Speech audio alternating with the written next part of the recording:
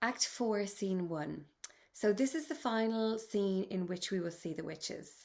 And Macbeth, as he said at the end of Act 3, he told his wife he was going to go and see the witches because he was seeking clarity and confirmation on his position in Scotland.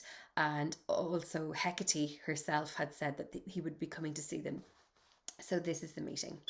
And on cue, there is thunder to signify the chaotic, eerie nature of the witches, and enter the three witches. First witch. Thrice the brinded cat hath mewed. The second witch. Thrice and once the hedge pig whined. And the third witch. Harpier cries, 'tis time, 'tis time. So I won't go into huge amounts of detail here, but just to say that obviously the chanting language is very, very sinister, and it's in keeping with the kind of chanting language that we saw in the first act, really deliberately setting a very eerie tone, a tone that a right-thinking person would not trust, but Macbeth has been completely sucked in by them and by their prophecies, and even if he had doubts about them, he nearly needs them like a drug. He needs their assurity, and he's going to listen to anything they have to say. The first witch. Round about the cauldron go, in the poisoned entrails throw, toad that under cold stone days and nights has 31, sweltered venom sleeping got, boil thou first in charmed pot. So again, I won't go into detail, but it's very sinister and it's very creepy. And this is important, double, double toil and trouble, fire burn and cauldron bubble. So that's obviously a very famous rhyme, but they speak in this kind of like creepy tongue that is very, very sinister. Remember, your Shakespearean audience would have been very, very perturbed by this. The second witch. Fillet of a fenny snake, in the cauldron boil and bake, eye of newt and toe of frog, wool of bat and tongue of dog, adder's fork and blind worm's sting, lizard's leg and howlet's wing, for a charm of powerful trouble, like a hell broth boil and bubble. And all again, double, double toil and trouble, fire burn and cauldron bubble. And then the third witch. Scale of dragon, tooth of wolf, witch's mummy, maw of gulf, all of the ravine, salt sea shark, root of hemlock, which is poison, dig it in the dark, liver of blaspheming Jew, gall of goat and slips of yew, slivered in the moon's eclipse, nose of Turk and Tartar's lips, finger of birth strangled babe, ditch delivered by a drab, make the gruel thick and slab, and thereto a tiger's chaudron for the ingredients of our cauldron. So extremely sinister ingredients going into this spell that they're putting in, this broth that they're making, and this broth is all going to be shown to Macbeth, and from this broth they're going to be able to conjure up apparitions and images to satisfy and whet Macbeth's appetite. So a couple of things of note there: the liver of a blaspheming Jew. Anti-Semitism was huge in the writings of Shakespeare, and you will see how that is dealt with in The Merchant of Venice. And nose of Turk, again, they were highly racist against the Turks as well, and you see that in Othello. And the reference there to the finger of a birth strangled babe, so a baby that was born with the cord around its neck. So these ingredients are really, really sinister and disturbing, and it just sets a scene for such a sinister, chaotic scene. And Macbeth walks in, lapping it up, wanting to hear what they have to say, and extremely foolhardy, but they seem to be the only ones who can give him any kind of solace. So all again saying, double, double toil and trouble, fire burn and cauldron bubble. So any repetition is always good, in terms of getting your point across here. And Shakespeare is really, really, really committing now the audience to a very superstitious, cynical, very difficult to watch scene that's coming up. The second witch. Cool it with baboon's blood, then the charm is firm and good. Enter Hecate, so their queen witch, and 3 other witches. Hecate, oh, well done, I commend your pains, and everyone shall share in the gains. And now about the cauldron sing, live elves and fairies in a ring, enchanting all that you put in. So they're enhancing it with, witches and song and dancing. And the second witch, by the prickling of my thumbs, something wicked this way comes. Open locks whoever knocks. And enters Macbeth. So he enters into this scene that is full of superstitious chanting and pure evil. And he is entering this scene now looking for solace and answers. Remembering that they will only ever speak to him in equivocal terms. And he is going there to be served up with equivocal language and equivocal answers. Macbeth, how now, you secret black and midnight hags? What is it you do? What are you at? All 3 witches, a deed without a name. Macbeth says, I conjure you by that which you profess. However you come to know it, answer me. Though you untie the winds and let them fight against the churches, though the yeasty waves confound and swallow navigation up. So Macbeth, classic tyrant, is completely paranoid and he wants answers from these witches. So he says, even if it sets the churches wide open in the wind and in the storms, even if navigation is swallowed up like with storm. Though bladed corn be lodged and trees blowed down, nothing matters. Just tell me what you know. Though castles topple on their warders' heads, though palaces and pyramids do slope, their heads do the foundations. Though the treasure of nature's germ tumble all together, even till destruction sicken, answer me to what I ask you. So the desperation of this tyrant is really, really clear. I need answers to my questions. I need a surety from you, and I don't care about the consequences, and I don't care about what evil I bring upon myself or upon Scotland or whatever else. I need answers to my questions. So he has an addiction now to this power. He needs to keep it, and he feels that they can give him the answers he needs. And the first witch says, speak. Second witch, demand. Third witch, we'll answer. The third witch, say, if thou hadst rather hear it from our mouths or from our masters. So the witches are only delighted to facilitate him. Their job on earth is to meddle. They have chosen Macbeth for whatever reason, and they are enjoying watching him unravel. His morality gone from Act 1, when he was the darling of Scotland, adored by the king, adored by everybody. He's become this tyrant. This is a dream come true for them. They are more than happy to facilitate him. And they're asking him here now, do you want to hear it from our lips? Or would you like us to conjure up some apparitions so you can watch it, like, for want of a better phrase, on the big screen? Macbeth says, call him. Let me see him. So call upon your masters. I'd like to hear it from their lips. I'd like to see the apparitions firsthand. So very, very bravely here, entering the occult, really and truly. And oftentimes a question or an essay can come up on the occult and references to, ghosts and the supernatural. And this, of course, this scene is paramount to any answer of that, on that. The first witch says, pour in sow's blood that hath eaten her 9 farrows. So pour in the blood of a pig who has eaten her 9 little babies. And grease that is sweating from the murderer's gibbet thrown into the flame. And also now some grease from from a gallows, from where somebody has been hanged. And then all the witches together. Come high or low, thyself an office deftly show. And of course then thunder.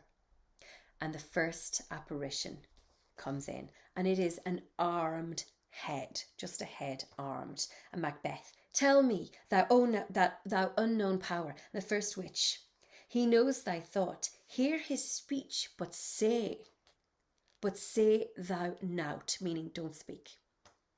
The first apparition says, Macbeth, Macbeth, Macbeth, beware Macduff. beware the thin of Fife. Dismiss me, enough.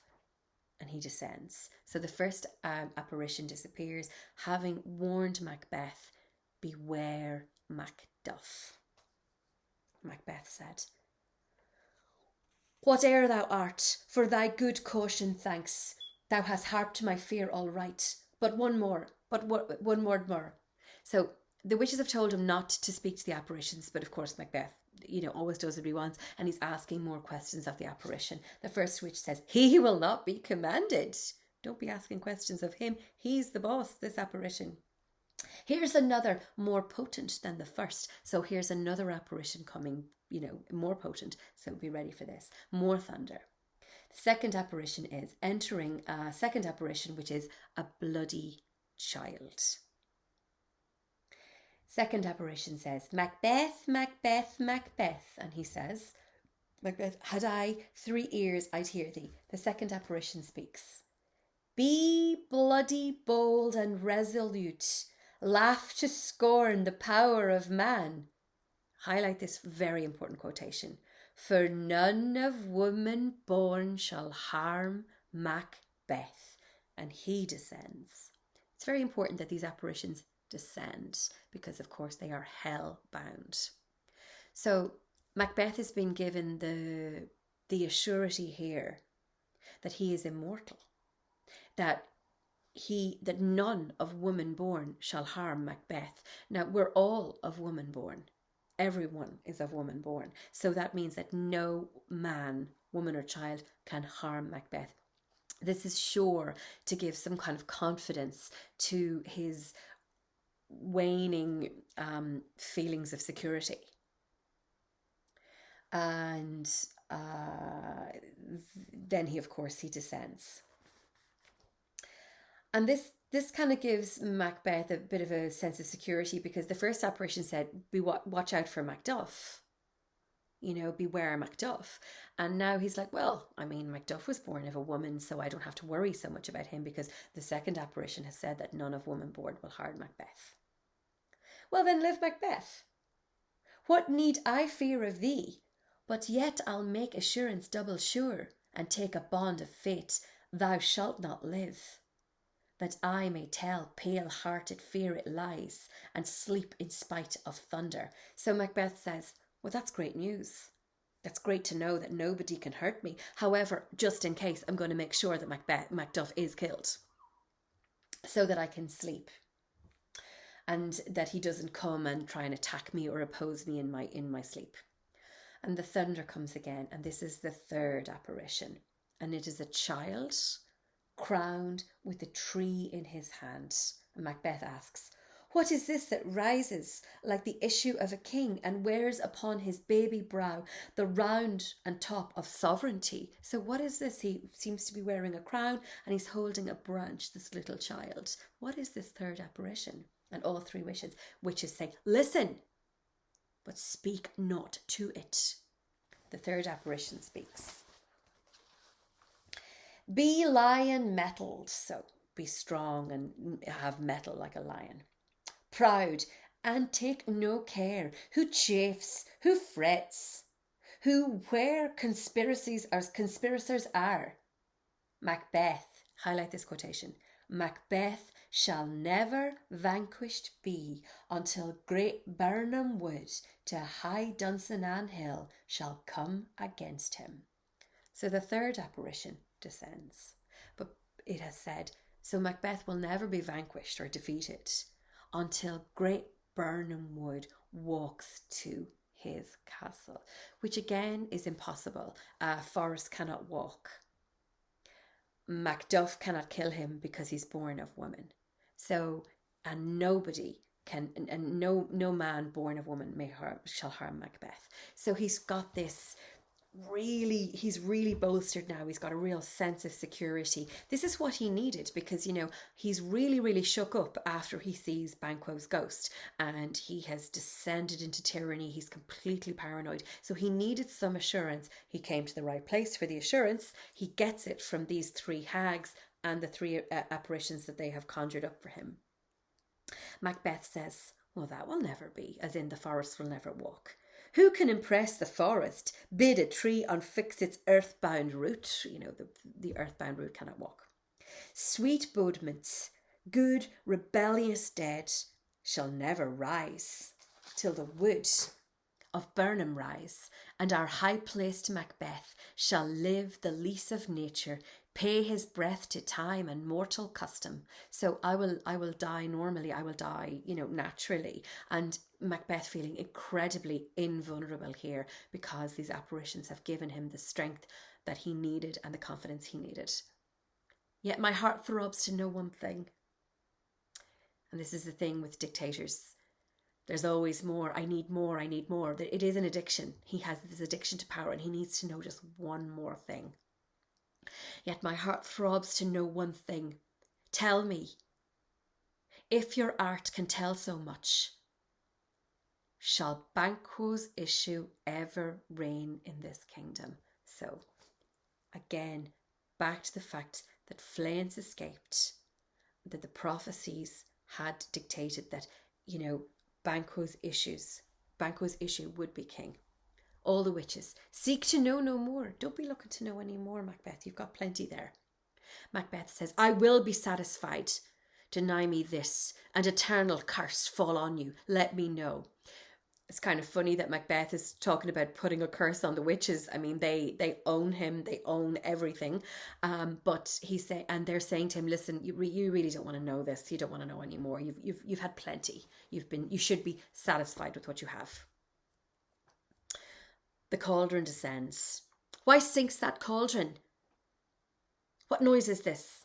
And then the first witch, show, the second witch, show, and the third witch, show. All three witches then say, show his eyes and grieve his heart, come like shadows, so depart. And here we have it. He's asked the question, will Fleance or Banquo's issue ever sit on the throne of Scotland? And here's the answer. Enters a show of 8 kings, the last with a glass in his hand, and Banquo.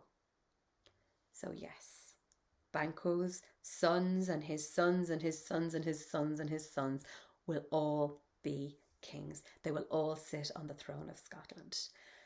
So going back to Macbeth's sense of dissatisfaction at the beginning, in Act 2, when he's talking about how he has, defiled his mind for Banquo's issue. It seems that this is true, that he himself will not have heirs to sit on the throne, that in fact Fleance, because he has escaped, will somehow at some point come back and be the King of Scotland. Macbeth. Thou art too like the spirit of Banquo. Down! Thy crown does sear mine eyeballs. So again, he's seeing the ghost of Banquo and it's searing his eyeballs. And thy hair, though other gold-bound brow is like the first, a third is like the former. Filthy hags, why do you show me this? A fourth, start eye. So he's seeing them in numbers, like all these kings coming after him, at him again and again. Start eyes. What, will the line stretch out to the crack of doom? And another, a seventh, I'll see no more. And yet the 8th appears, who bears a glass or a mirror, which shows me many more, and some I see that twofold balls and treble sceptres carry, horrible sight. Now I see 'tis true, for the bloody, baltered Banquo smiles upon me and points at them for this. What? Is this so? So great as the first 3 apparitions were for him in terms of bolstering his confidence, Fleance and his issue will be kings according to these apparitions, and there's not a thing he can do about it. Hecate says, Aye, sir, all this is so, but why stands Macbeth so amazedly? Come, sisters, cheer we up his sprites and show the best of our delights. I'll charm the air to give a sound, while you perform your antic round, which this great king might kindly say our duties did his welcome pay. So then the witches start dancing and, in theory, cheering him up, and then they all vanish with Hecate, and Macbeth is there alone. Where are they? Gone? Let this pernicious hour stand aye accursed in the calendar. Come in, without there. And then enters Lennox. Now, of course, we saw Lennox in the last scene. He's very much afraid for his life, afraid of, not showing loyalty to Macbeth, but obviously not in any way happy with how things are panning out in Scotland at the moment. Lennox, what's your Grace's will? Macbeth says, saw you the weird sisters? Did you see them passing? No, my lord. Came they not by you?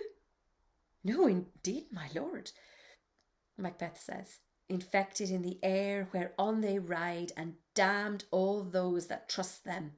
I did hear the galloping of a horse. Who's come by? So this is interesting here. He says that they damn all those who trust them. So he, in a way, he kind of knows that he shouldn't trust them, but he's so addicted to his power and the hold that they have over him that he can't look away. He has to drink from them. And, even though he knows he kind of can't trust them, he's really going to take faith in the three apparitions that they have presented to him, upset as he is about the Banquo thing at the end. Did I hear a horse? He asked. Lennox said, 'Tis 2 or 3, my lord, that bring you word. Macduff is fled to England. So Macbeth is going to be really, really irritated by this, that Macduff has gone to England. Macbeth says, fled to England? Aye, my good lord. And now he says aside, time, thou anticipatest my dread exploits. The flighty purpose never is to overlook, unless the deed go with it. From this moment, the very firstlings of my heart shall be the firstlings of my hand. So basically from this moment onwards, the moment I have a thought, I'm going to act on it. So what he's saying is, I let Macduff slip the net. I should have. After he refused to come to my court, I should have sent some assassins then. I've let him slip through my net. From here on in, when I have a thought, I'm going to act on it immediately. So my firstings of my heart shall be the firstings of my hand. And even now, to crown my thoughts with acts, be it thought and done, the castle of Macduff I will surprise. I will seize upon Fife, give to the edge of the sword his wife, his babes, and all unfortunate souls that trace him in his line. So, this is grotesque, and even for Macbeth, this is a new departure.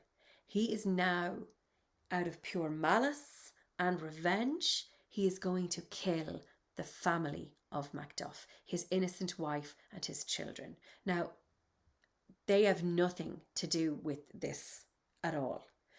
Killing Duncan, he killed him in order to be king. Killing the Chamberlains, he killed them to cover up. Killing Banquo, attempting to kill Fleance, he had his reasons for that.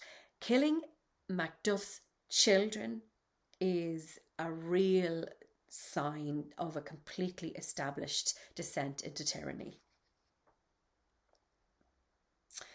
No boasting like a fool, this deed I'll do, before this purpose cool, but no more sights. Where are these gentlemen? Come bring me where they are. So bring me to where these men are and I want to hear more news about where Macduff, or how Macduff has gone to England and what's he doing there, etc. So a massive, massive scene. Really, really important. So much of it, could be used to discuss the occult, to discuss the superstitious nature of the Elizabethan audience, or if an essay was on, ghosts, etc. This is a massively important scene for that. But it's also showing the state of Macbeth's mind. He's willing to listen to lies as long as they tell him what he wants to hear. He is purely addicted to power, and these witches have a hold over him, and he wants to listen to everything they have to say. Importantly as well, Macduff has gone to England as a patriot to Scotland. He has gone to England to try and get help, but he will be very, very severely punished for having done that and having left his wife and family exposed.